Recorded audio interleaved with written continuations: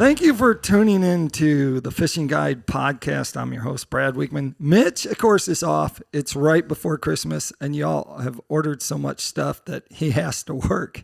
He doesn't have time to stop and play, apparently. So pretty lucky my co-host this week is VanNatta. I don't know if I'd call it a co-host, but I'm present. So there we go. He is the co-host this time by force. Yes. But we're blessed to have him because glad to be here. We are going to turn this into electronic time. And so lots of questions, and hopefully you can answer them, kind of explain a few things, and go through like what Humminbird possibly has coming out, okay. So you can tell us.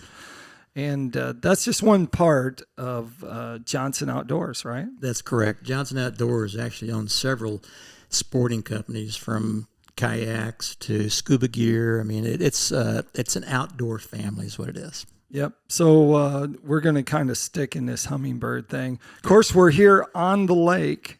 Beaver Lake is right behind us, and it's a great place to go fishing.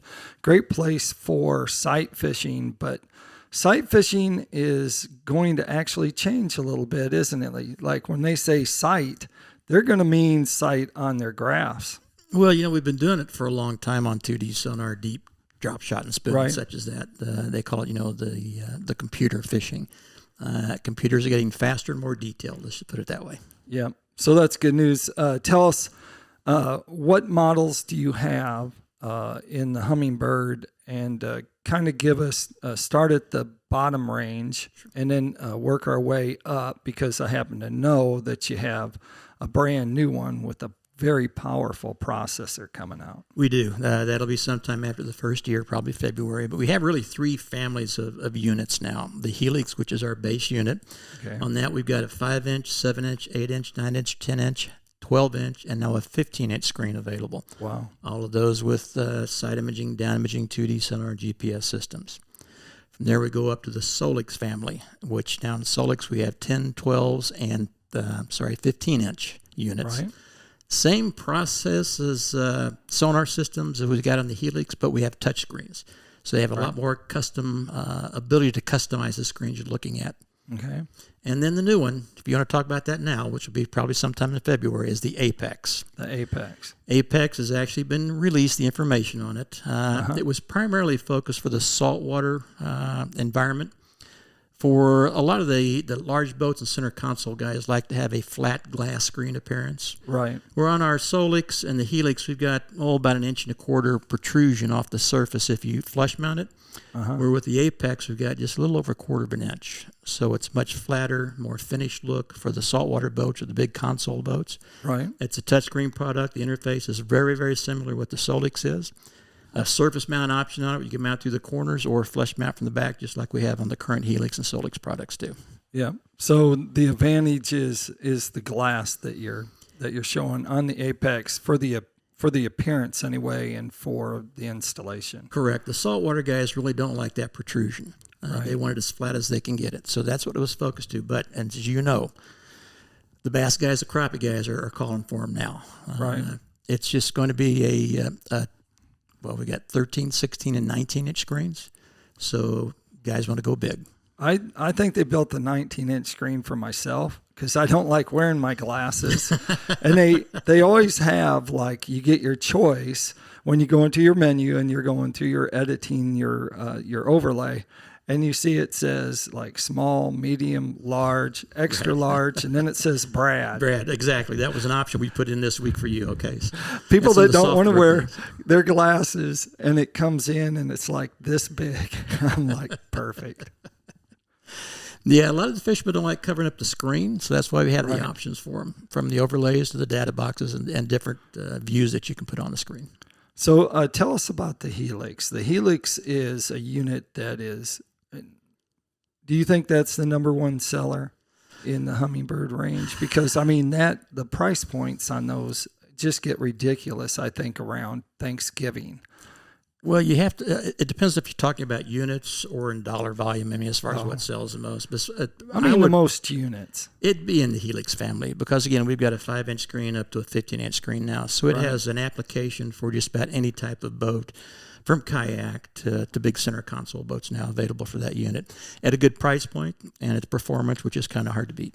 Yeah, and so when people are stepping up to the Solix, why are they stepping up to the Solix? What are they looking for in that unit? Is that a quad-core processor in there? No, it's dual.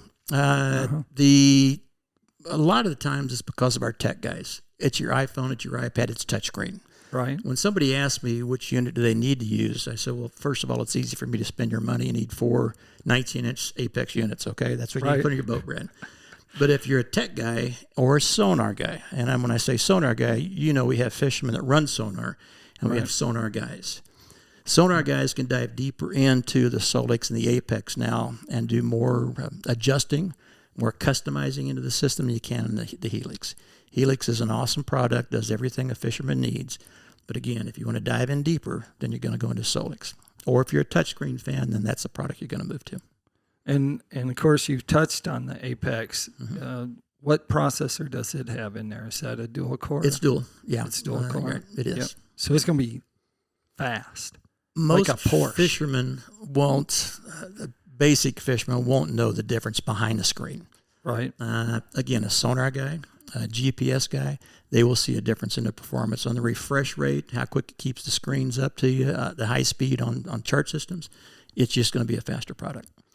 Dual processor, it doesn't mean it's twice as fast. What it does, it picks up the overload into those situations, so it doesn't slow the unit down. Right. And so talk about compatibility. So now you have the 3 units that they can choose from. Compatibility with the controlling motor. How do they match up? Can they all plug into the main coated trolling motors? Oh, okay. Yeah, I'm with you now. The Bluetooth units all can. We have of course, one boat network is a big thing for us. We put a system together from the front of the boat to the back of the boat, from trolling motor to depth finders to shallow water anchors that you can all control through the one boat network. So from a remote to a foot pedal to a unit on the console or on the bow itself, you can operate all of the systems inside the boat. Are they all connected by an Ethernet? We use Ethernet, yes. Reason for that is it's faster. We can put more data down the line than we can on a wireless or a Bluetooth system, although we do have wireless and Bluetooth available on new products. But as far as high volume, speed of the internet and the networking, Ethernet's the system we've chosen to use. The Apex has wireless then? The Apex and the Solix and the new Helix has a Wi-Fi feature. Okay. All right. And tell us, like, I know one question a lot of people have asked me is, how do I know what I'm buying when I get a Humminbird unit? Because the boxes always have these descriptions, and it's like Gen 2 or GN2 or things like that. And then they start talking, like, some of them, as the product talks about it, then it will say like DI. And then they're like, well, am I getting side images with that unit, or how does that work? Great question. On most families, we have 3 versions of the product: the GPS sonar system, which is your basic 2D sonar and charting. Then you step up to a down imaging feature, which is your GPS, sonar, and down imaging involved in it.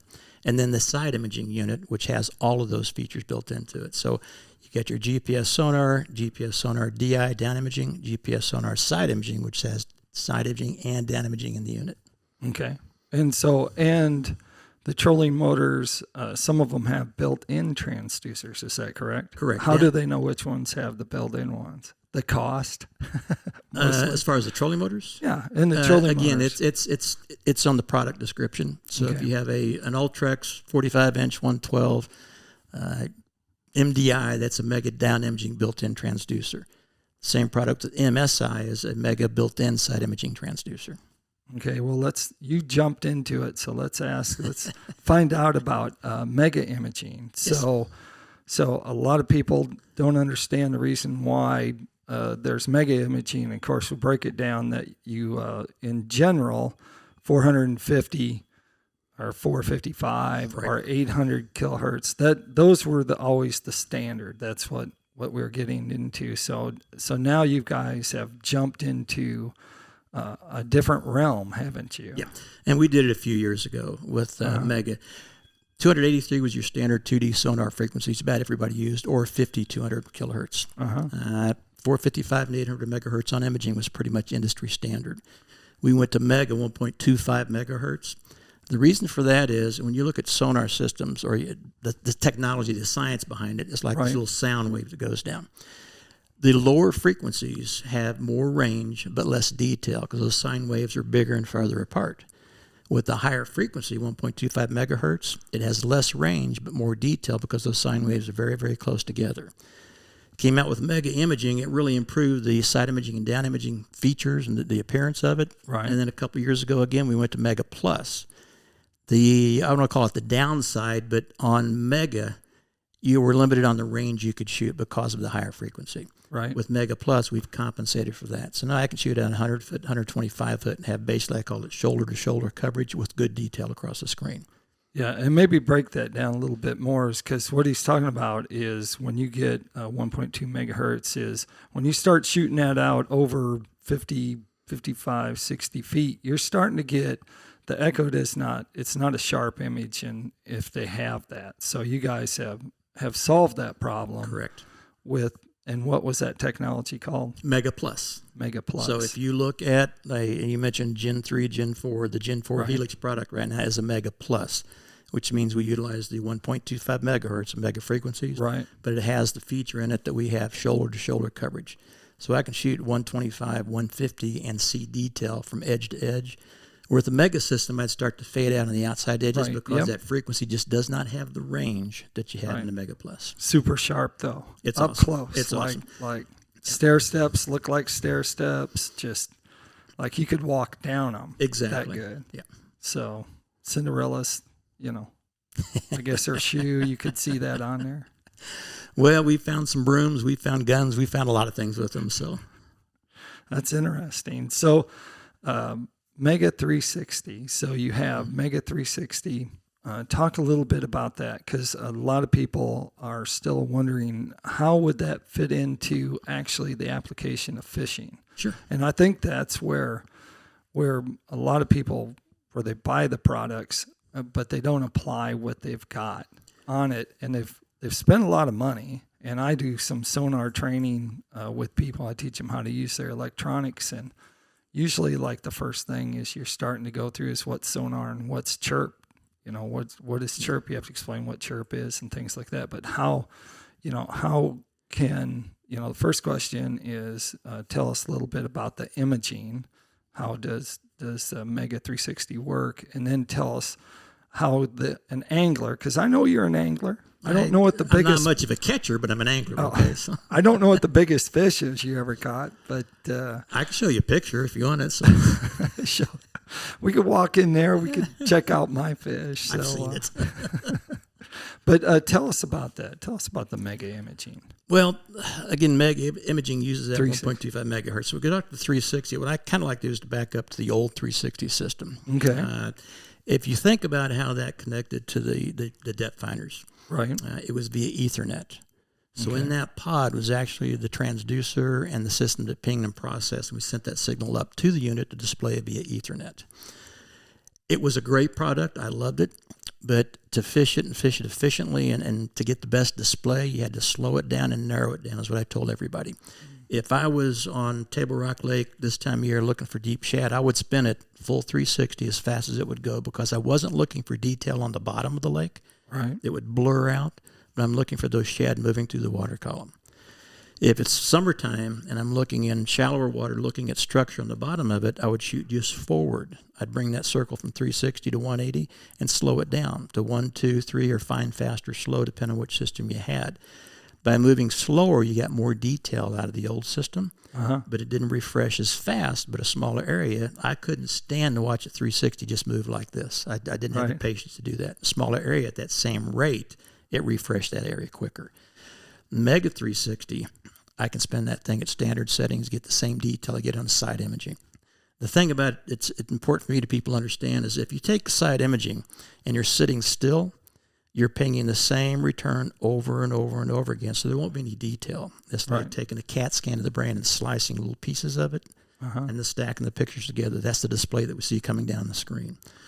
With Mega 360, I can sit still because the transducer itself is rotating just like a radar, underwater radar, is taking those slices as it spins, and it stacks them on the system just like I had before. I always talk about sonar. I'm sure you do the same thing. In big picture, little picture sonar. Right. Big picture, I'm searching. 2D sonar, DIS, I've got all of them going, all of them pinging, looking for structure, looking for fish, looking for bait fish. When I'm on the 360, that's my small sonar. I'm throwing at a target. So by looking forward, I know at 12 o'clock, 10 o'clock, 2 o'clock, the target, and I can make a cast to it and get into that target pretty quickly instead of trying to hunt with multiple casts to find that structure. And it's all the way around the boat. If you want it all the way around, it's all the way around, or you can bring those segments down. So. What's the narrowest cone you can have on 360? 30 degrees? It's about 30 degrees, yeah. I don't shoot that narrow. That's why I hesitated. I hardly ever shoot much less than 45. When I do that, if you're going down the river right here and we're fishing the far side of the bank, I may be shooting a little bit to the left of the nose and right off to the right side of the boat because that's the area I'm moving to. That's where the 360 is going to show me my target. If I'm narrowed down that much, I'm sitting still looking at a brush pile or looking at a tree fall or something like that I'm throwing to. So tell us about installation. So how do you, everyone has seen the guys that have it, and they look like they've done some welding or something to get that attached to their trolling motor. How does it attach to the Johnson products? How does it attach to someone that, say, has a different brand? We have 3 different Mega 360 systems right now. Fortrex, which is on the unit like the old Fortrex, where the lower shaft rotated, but the upper shaft did not. So it clamped onto the upper shaft, which is stationary. The Ultrex, where the whole shaft and motor rotate, it actually clamps to the bottom of the motor mount itself, to the base where the shaft goes through. Okay. And then a universal mount, which has an articulating arm that you can mount anywhere on the boat. It basically is a 360 shaft only without the trolling motor mount. Any 3 of those systems will work on about any boat out there. Now, we don't manufacture a product to adapt it for one of our competitors' motors. Right. But there's several aftermarket guys that do just that. I gotcha. So, and does that work with all the 3 families, like the Helix and the Solix, and that can you run Mega 360 yep, on has all to be, of them? Yes, I'm sorry. It has to be a Mega Plus unit as long as you're Mega Plus, which is Helix 8 and above. All the Solix products and all the Apex products are compatible. In any generation? Yes. Oh, all right. Well, as long as they're Mega Plus. That's the key. All right. So, which means Gen 3 Helix, Gen 2 and Solix, okay? What's the most wildest thing you've ever seen on your sonar unit? Probably, we mentioned Stockton Lake and white bass and stripers earlier. I was on Stockton Lake and I saw what looked to be a Christmas tree. And the thing about the sonar, and we mentioned before, we're taking these little slices on imaging and stacking them together. So the perspective to that target can look entirely different from one direction to the other. And what it actually was a big school of white bass that looked like a little serpentine came to the bottom like this and made this little, almost a little S-turn when you got to the other side of it. But from the angle I was at, it was this perfectly shaped Christmas tree. I've got a screen capture of it, so I'll find that and show it to you sometime. There you go. Pretty wild. Oh, it's incredible. So if you could pick one unit and an accessory to go along with it and a trolling motor, what would you pick? If you could only pick one and it'd be the most affordable, say, for someone who's in that ballpark of 27 to 35,000. Okay, 35,000? Their boats. That's what their boats are worth. 35. I thought you meant 35,000 on units. No, because you would just have the whole thing be like units. So then you'd have to have batteries, and I'd have to go over there and grab a battery. Solar panels like you have in the house. Yeah. Again, it's easy for me to spend money, but I tell people you have to determine. I always ask, what kind of boat are you running and what are you fishing for? Because that gives me an idea of the application you're probably looking for, what type of structure you're fishing, or what type of lake you're fishing. Side imaging, in my opinion, is a must anymore because it makes the lake so much smaller. Okay. What I mean by that is I can make a pass through the river down here and see shore to shore, know where the tree falls are, the rock piles are. I'm not spending a lot of time, I call mowing the grass on 2D sonar looking for that structure. Right. When it comes to the unit, specific unit, Helix is going to be the more economical product to move into. I tell people to think of it like TVs. If you got a 13-inch TV at home in your bedroom and you're happy with that, that's what you need to use. But if you've got a 55-inch in the living room, it's kind of hard to watch that 13. Or as you mentioned earlier, the older we get, our eyes tend to change. I tell everybody, buy the biggest screen that fits your budget. Now, candidly, I was not a touchscreen fan. We came out with a product several years ago that we no longer manufacture, a 4-letter word we have. Yeah. Had to engineer my boat one day with a Helix 12 here and a Solix 12 here and a console. And I reached up and started punching the screen on the Helix. Now, knowing I wasn't a touchscreen fan prior, engineers said, wouldn't it be nice if that was touchscreen? Right. I'm a touchscreen fan. I really like my Solix units. I'm going to run a Solix 12 probably 90% of the time. I do run a 15 at the bow because I'm standing up. I'm 5 foot away from that screen. It's easier for me to see it. The console's right here in front of my face. The thing I like the most about the Solix is I can customize the screens. I've got 6 different palettes I can pull up, put whatever combinations of screens or displays in those screen sections that I want to use. The only limitation of that is on some of them it's too small for a 360. Right. We need enough real estate for that to be effective. But other than that, I can build the screen the way that I want to fish it. So if I went DI and 2D and 360 altogether, I've got the opportunity of doing that. Okay, so we visited before we start our show about the rumor about live type sonar and seeing things in actual time. Yep. And so we'll ask them now because we can always, I guess, fade this part out. Like have lightning strike us or something. But it's interesting because I'll let you answer that. I'm going to tell you, I think what's going to happen in very shortly after January, and especially after a little later in the spring. Yes. We were together at Wally Marshall's Crappie Expo. Yep. And you know how much we were asked that question, and we had a specific response that we were giving at that point in time that go to humminbird.com, sign up for email notifications, and you'll be advised when the release is announced. Since that time, there's been a couple leaks. So it's hit social media big time. What I can tell you is the information that's been on social media, the picture that you see with Mega Live, it's not Mega 360 Live, it's Mega Live. Okay. That is correct. All right. Pricing on it, MSRP is displayed. It's compatible with the products that's on that slide. And the projected consumer release into March 1st to April is pretty accurate right now. And I think what is going to happen with the anglers is what we're seeing right now is a lot of guys with a lot of different brands of units, and guys that are being forced to use units that they don't want to.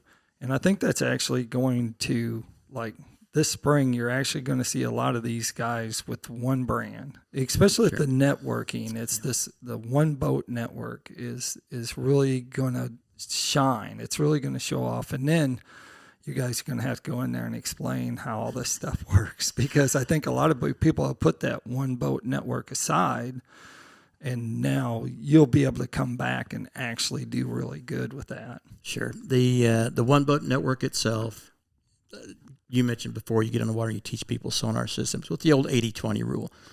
20% of the people don't use 80% of the capacity or 80% don't use 80% of the capacity of the unit itself. They use maybe 20% of the capacity of the unit.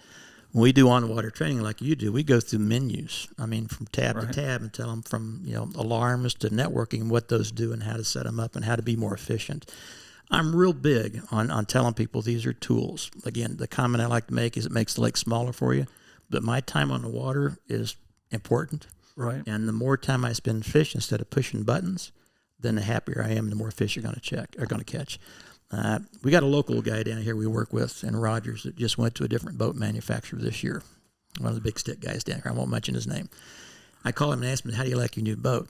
He said, it's a lot faster than the old one. He said, I get more casts in a day because of that. And that's the way you have to look at the electronics. Right. What makes you more efficient on the water is going to make you a better fisherman and catch you more fish. There you go. There you have it. Good stuff. We love getting the hot information, and that takes me over to tackle time. And since Mitch isn't here, I get to do whatever I want. So I went and picked out, because walleye fishing, it's just around the corner. So I brought my favorite lure, and it's also one of the most productive lures on Beaver Lake. Is this one right here? And that is mine, right? Right, that's my this one, okay. Mitch. Co-hosting so now today. So thanks, Mitch. It cost a couple of crankbaits to be on our show. Everyone will be on our show to get free crankbaits.